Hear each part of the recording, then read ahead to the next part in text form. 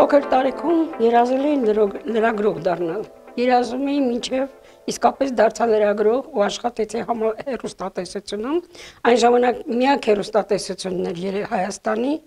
պետական հեռուստատեսությունում, որը կոչվում էր նաև ռադիոյի եւ հեռուստատեսության պետական կոմիտե, անվանում այդպեսին էր։ Այդ ժամանակ ես արդեն հասկացա, որ լրագրողի աշխատանքը միայն ստեղծագործական աշխատանքը չի, դա նաև խմբագրական աշխատանք է, դա նաև թարգմանական աշխատանք է, իսկ հեռուստատեսությունում դրան ավելացավ նաև նկարահանումների շարքը, ինչ որտեղ պիտի հասկանայի օպերատորի, ռեժիսորի միտքը, նրանք իրենց առաջարկն էին անում, ես իմ առաջարկն էի դնում, այսինքն դա քնած մեռած աշխատանք չէր, դա շատ հետաքրքիր ստեղծագործական աշխատանք էր, եւ եթե անկեղծ լինեմ, ես մինչեւ հիմա էլ կարոտով հիշում եմ այդ աշխատանքը։ Ժամանակի ընթացքում հասկացա, որ միայն հեռուստատեսությամբ ես չեմ կարող շատ բան անել եւ գնացի լեզվի պետական տեսչություն, նոր էր ստեղծվել այդ հիմնարկը եւ այն ժամանակ լեզվաքաղաքականության շատ լուրջ հարցեր էին դրված։ Պիտի ասեմ հիմա էլ դրանք շատ լուրջ են, բայց այն ժամանակ ավելի սրտացավ էինք մոտենում այդ հարցին, երևի գալիս էր դա նրանից, որ խանդավառություն կար, ինչ որտեղ լավ տրամադրություն կար, հավատ կար, որ ամեն ինչին հասնելու ենք։ Եվ նաև մեր լեզվի պետական տեսչության առաջին պետը ինքը իր աշխատանքով մեզ խանդավառում էր, խոսքս փիլիսոփական գծների դոկտոր Վալերի Միրզոյանի մասին է։ Մենք ստեղծեցինք մի հեռուստատեսային հաղորդաշար, լեզվաշխար էր կոչվում, ամբողջը ներկայացնում էր լեզվի հետ կապված խնդիրները, ոչ միայն կրթադաստիարակչական համակարգում, այլ նաև քաղաքում, այս գովազդային ոլորտում, գործավարությունում, պետական հիմնարկների։ Այդ ընթացքում ես պարզեցի, որ իմ հետաքրքրությունները կախված են նաև ազգային անվտանգության շատ խնդիրների հետ եւ անցաշխատանքի լրատվական պետ որպես ստանդարտացման, սերտիֆիկացման, չափագիտության, կառավարության առընթեր կոմիտեում, վարչությունում։ Այդ ընթացքում մանավանդ սկսած լեզվի տեսչության աշխատանքից մինչև այս հատվածը ինձ շատ հետաքրքրում էր նաև հայերենի վիճակը որպես օտար լեզու։ Սփյուռքից, նաև մոտակա Սփյուռքից, Ռուսաստանից եկող շատ երեխաների համար մայրենի լեզու սովորելը համար առաջին խնդիրն է, եւ ես էլ հասկանում եմ, որ լեզուն ամենակարևոր բանն է, որով մենք մեր ազգային նկարագիրը, մեր մշակույթը, մեր արժեքներն են կարողանում գնահատել ու պահել։ Հանդիպելով իմ կուրսընկերուհուն, որն աշխատում էր Հայ-ռուսական համալսարանի հայոց լեզվի ամբիոնում որպես ամբիոնի վարի Ջեմա Բարնասյանին, հետաքրքրվեց, թե ինչ ես անում, ինչով ես զբաղված, ասացի, որ զբաղված եմ այսպիսի լրատվական ծառայության աշխատանքով, բայց այսպիսի բաներ էլ ունեմ, այսպիսի մտահոգություններ, ուզում եմ գիրք պատրաստել, ուզում եմ դասընթացներ սկսել, եւ ինքը ասաց, այ դու հենց մեզ պետք ես։ Մեր համալսարանը այդ խնդիրը ունի։ Ես այդպես անցա աշխատանքի 2005 թվականին Հայ-ռուսական համալսարանի հայոց լեզվի եւ գրականության ամբիոնում ու աշխատում եմ մինչև հիմա, չեմ ափսոսում ոչ մի բանին, ամեն անգամ ուսանողներին հանդիպելիս ես հասկանում եմ, որ իրենց նկատմամբ պարտավորություն ունեմ ու հասկանում եմ, որ իրենք հասկանում են ինձ, սա ամենակարևոր բանն է, լեզու սովորելու մեջ պիտի անպայման փոխըմբռնումը լինի եւ այդ հասկացությամբ էլ աշխատում եմ, ստեղծել եմ մի շարք դասագրքեր, Այվերջերս միջազգային օրվան նվիրված միջոցառում կազմակերպեցինք, ըստ որում մասնակցում էին միայն հայերեն վատ տիրապետող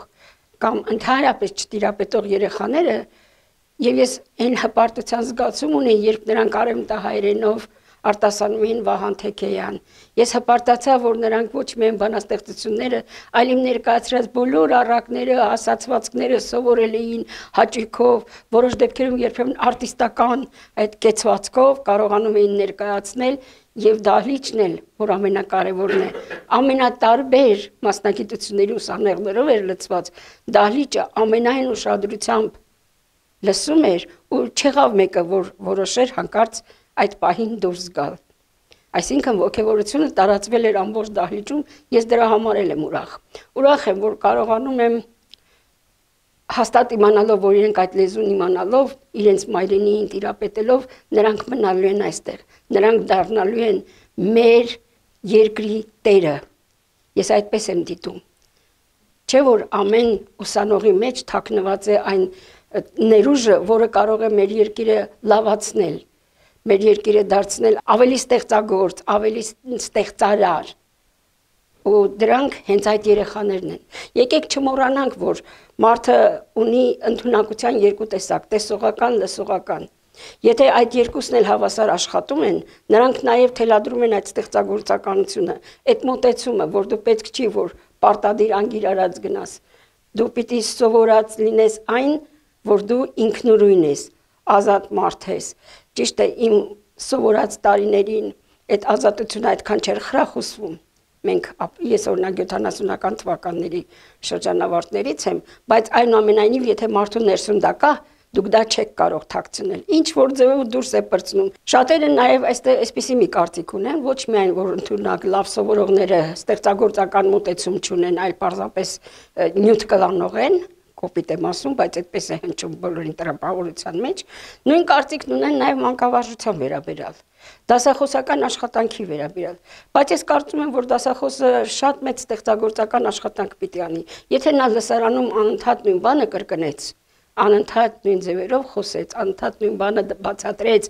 նյութը պիտի անպայման այնքան մարսված ու հասու լինի, որ ցանկացած մակարդակի ուսանող դա կարողանա լիարժեք ընդունել, հասկանալ, ըմբռնել ու ինքը շարունակել քեզ։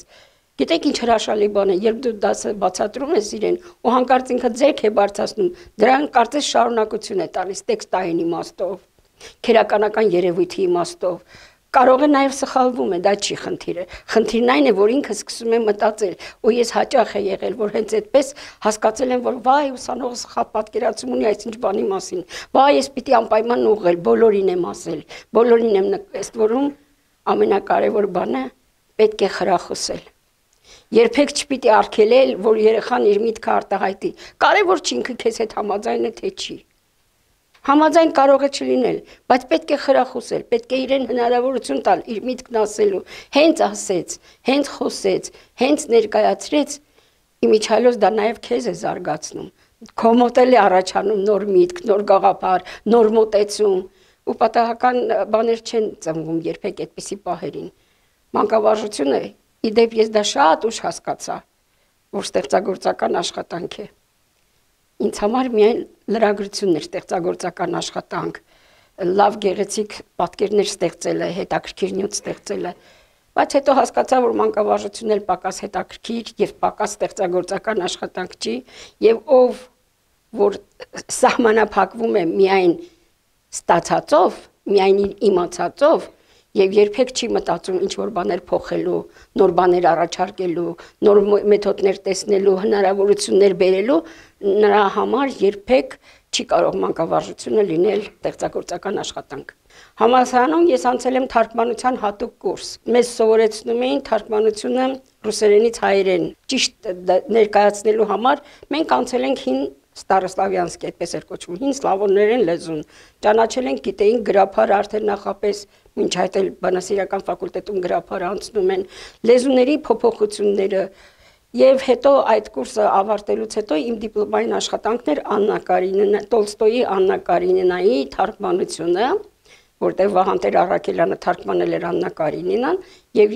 ես ուսումնասիրել եմ իմ դիպլոմային աշխատանքում այդ Աննա Կարինինայի թարգմանությունը եւ ինչպիսի նրբություններ, ինչպիսի բաներ կան։ Այդ ընթացքում ես հասկացա, որ շատ կարեւոր է ոչ միայն թարգմանության ճշգրտությունը, ես նկատի ունեմ բառի ճշգրտությունը, կարևոր է նաև իմաստի ճշգրտությունը, կարևոր է նաև խոսքի ներքին տաղաչափությունը, թող տարօրինակ չթվա, արձակը նույնպես ունի տաղաչափություն, միայն բանաստեղծությունը չի, որ տաղաչափական է հնչում, արձակը նույնպես ունի իր տաղաչափությունը, իր ռիթմը ներքին, իր տրամաբանական պահանջը, ես հաճախ իմ ուսանողներին, երբ առաջարկում եմ կարդալ Հրանտ Մաթեոսյանի Կանաչ դաշտը,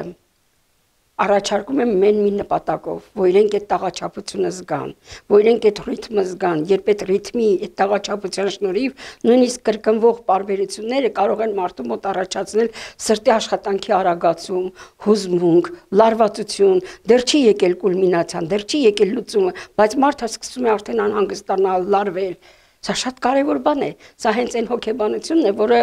մենք պետք է կարողանանք նաև թարգմանության ժամանակ, թարգմանության միջոցով ներկայացնել։ Եվ այդ տեսակետից պետք է առանձնացնել Գեղարվեստական թարգմանությունը գիտական, մասնագիտական թարգմանություններից։ Այ դուք ասում եք թարգմանություն, ես ուզում եմ մի բան հիշել, մենք երբ ես խմբագրում էի մեր դասախոսներից Թամարա Հովանեսյանի եւ եւս երկու դասախոսի գիրքը կոչվում էր Թարգմանության տեսություն լեզվաբանական հայեցակետ։ Երբ ես դա խմբագրում էի, ես հասկացա, որ իրենք ճիշտ տեղն են ընկել, այն իմաստով, որ իրոք միայն թարգմանությունը գեղարվեստական պահը չի։ Սա նաև նույնիսկ գեղարվեստական տեքստերում կարևոր է լեզվաբանական հայեցակարգը, հայեցակետը, ինչպիսին ես մոտենում, լեզուն ինչպես ես ներկայացնում, եւ նույնիսկ ինչ որտեղ լեզուն ներկայացնելու լեզվաբանական նոր բառեր առաջացնելու խնդիր է առաջանում։ Գրողը չի, որ մենակ իր ստեղծագործության մեջ նոր բառեր է ստեղծում։ Պետք է նաև թարգմանիչը այդպեսին լինի, եւ այդ զգացողությունը ամենակարևորն է։ Ինձ համար կարևոր վերջին շրջանի ամենակարևոր թարգմանական աշխատանքը դիվանագիտական այս հանրագիտական բառերանն է։ Սա կարևոր է նրանով ու այնքանով, որ մենք ամենատարբեր տիպի բառերաններ ունեցել ենք։ Ունեցել ենք թատերագիտական բառերան, ունեցել ենք փիլիսոփայական բառերան, ունեցել ենք քաղաքագիտական բառերան, ունենք պոլիտեխնիկ, էլ չեմ ասում տարբեր լեզուներով բառերանները, էլ չեմ ասում հայերենի բացատրական բառերանը եւ այլ բառերաններ, սակայն դիվանագիտական բառերան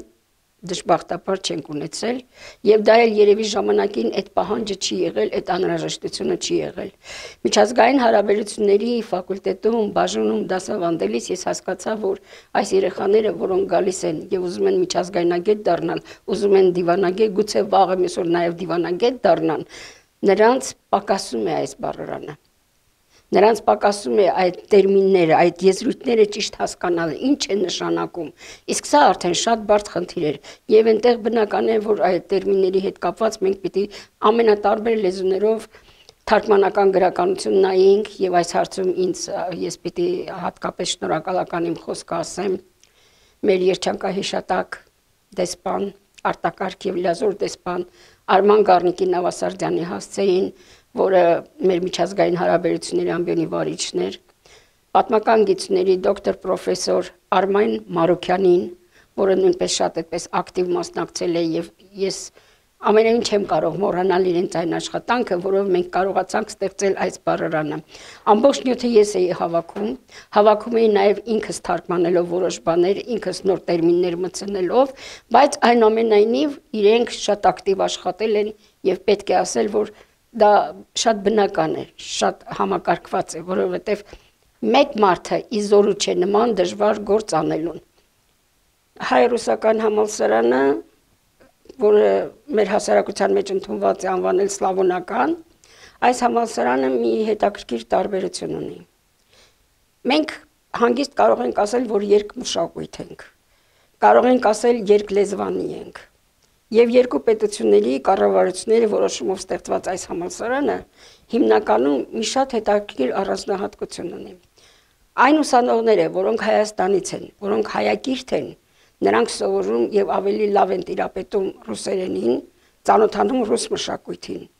Այն երեխաները, իսկ մեզ համար նաեւ առաջնային է դա, որոնք եկել են Ռուսաստանից, որոնք չգիտեն ոչ միայն լեզուն, այլ նաեւ մշակույթը, ավանդույթները, կենցաղը, իրենց համար ինչ որտեղ դա նորություն է, մեր այս համալսարանը, կարծեք, առաջին քայլն է։ Առաջին այդպես դրոշակն է, որը բարձրացվել է իրենց ճանապարհ ցույց տալու համար եւ լեզվի հետ կապված ոչ միայն լեզվի ուսուցումն է հետաքրքիր, այստեղ մենք ունենք շատ հետաքրքիր ավանդույթներ, օրինակ ծիսական արարողությունների հետ կապված հաճախ համալսարանում իրականացվում են տրնդեզները,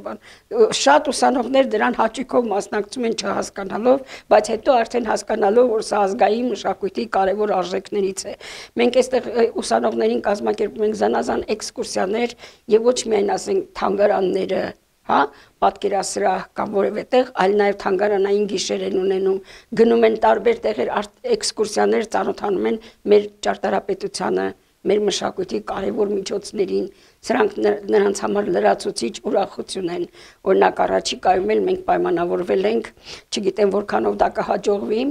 հուսամ, որ կհաջողվի, որ գարնանը մի քիչ եղանակները լավանալուց մենք պետք է գնանք աստղադիտարան։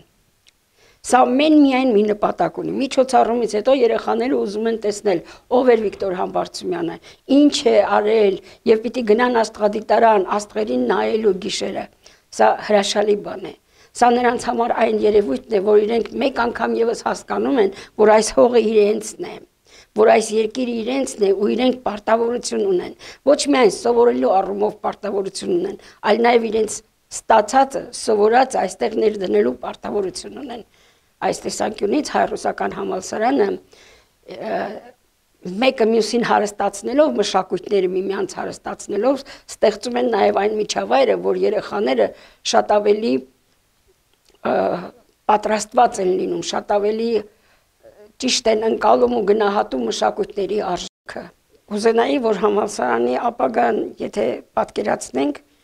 համալսարանը պիտի լինի հենց այս շենքում։ Շատ խորհրդանշական է։ Հատկապես մեր շենքի եւ բակը եւ այդ ամֆիթատրոնը, այդ բոլոր կառույցները լրացուցիչ միջոց են, որպեսզի այնտեղ մտնողը հասկանա, որ սա ոչ միայն ուսումնական ձեռնարկ հաստատություն է, այլ նաեւ մշակութային հիմնարկ է, այլ նաեւ իր դեմքը ունի, իր պատկերացումները ունի եւ որքան հարստանա իհարկե համալսարանը որոշ խնդիրներ ունի, որոնք հիմա չասեմ համալսարանի ներսում գիտեն կավելացնեն կամ կփոխեն, այնուամենայնիվ հայ-ռուսական սլավոնական համալսարանը մեր լավագույն համալսարաններից մեկն է, ես սա համոզված կարող եմ ասել, որովհետև այն ինչ սովորում են այստեղ ամենակարևոր բանը դա մարդու հոգևոր արժեքներն են։ Իսկ այդ հոգևոր արժեքները ամենքը չէ որ ստեղծում են եւ ամեն տեղ չէ որ ստեղծվում է։